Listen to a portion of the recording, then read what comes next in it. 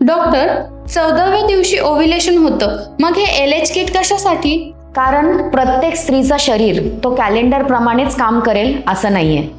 आपण अनेकदा ऐकतो की ओव्ह्युलेशन जे आहे ते 14व्या दिवशी होणार, पण हे रूल फक्त 28 दिवसाची सायकल असेल त्यालाच ॲप्लिकेबल आहे. समजा तुमची सायकल 25 दिवसाची आहे किंवा 30 दिवसाची, 35 दिवसाची आहे, तर मग 14व्या दिवशीच ओव्ह्युलेशन होणार असं अजिबात नाही.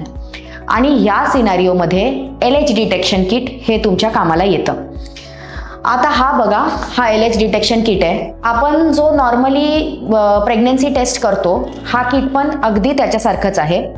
जसं आपण लघवी यूज करून प्रेग्नन्सी टेस्ट करतो, LH किट पण आपण सिमिलरली तसंच वापरायचं आहे. रफली पाळीच्या 10व्या दिवसापासून सकाळच्या लघवीने तुम्ही हा टेस्ट करायला सुरुवात करायची. ऑल्टरनेट डे तुम्ही हा टेस्ट करायचा. ज्या दिवशी टेस्ट पॉझिटिव्ह येईल ह्याचा अर्थ पुढच्या 24 किंवा 36 तासात ओव्ह्युलेशन होणार. ह्याच्याने तुम्हाला प्रेग्नन्सी प्लॅन करण्यामध्ये मदत होत असेल.